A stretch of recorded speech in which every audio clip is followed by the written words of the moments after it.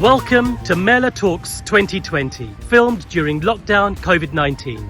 Mela means to meet or to gather, and in parks like I'm in now, thousands of people would be gathering, celebrating and coming together. In the absence of that, we've created this series of short talks to measure the impact and to start to identify the contribution Mela makes to the economy and to our society at large.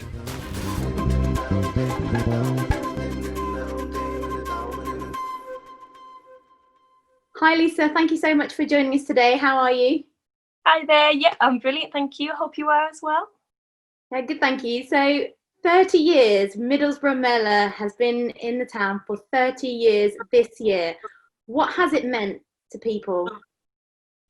Mela it's a huge festival in which it just captures people's hearts.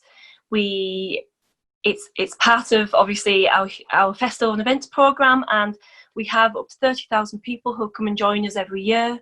It really does get everybody from Middlesbrough out, regardless of where you are, where you're from, who you are. Everybody just loves to get involved. It's a chance of everybody getting together and celebrating and just experiencing art and culture and just fun.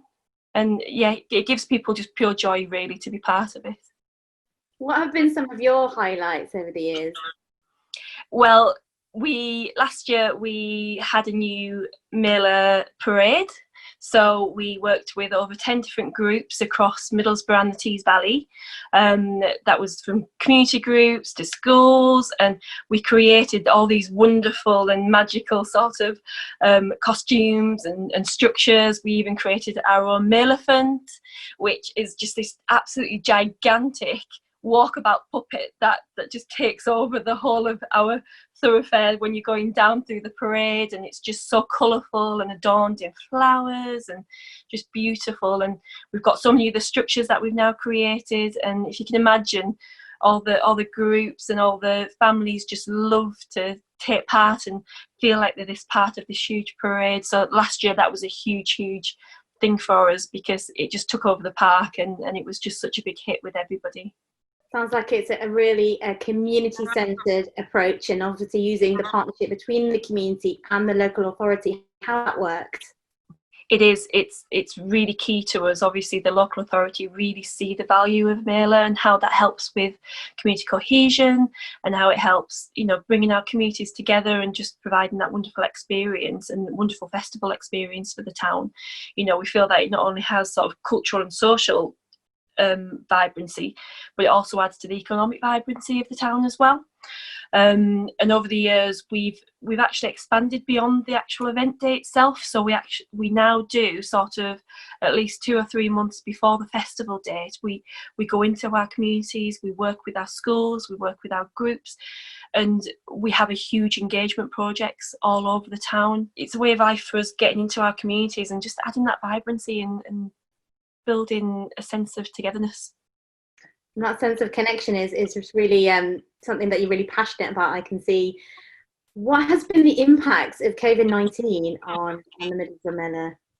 So obviously, very sadly, with it being our biggest 30th year, that's having to be cancelled as it traditionally would have been held.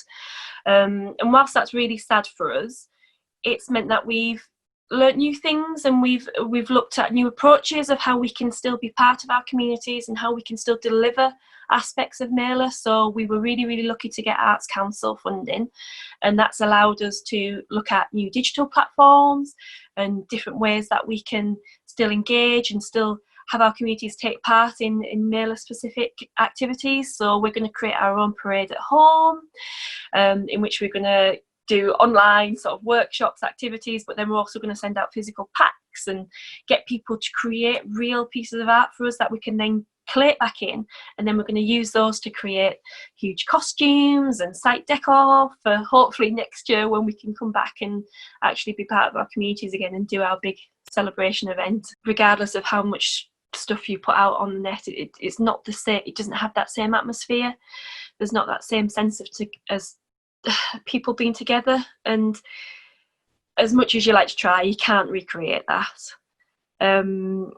So I think there's always going to be issues around isolation and issues about our society being able to join and celebrate together. That's not going to happen as we would like it to. But I just hope that there's going to be more of a want for it to happen next year, and even an even bigger and better celebration for next year. Sounds like you've got some exciting times ahead, Lisa. Thank you so much for your time today.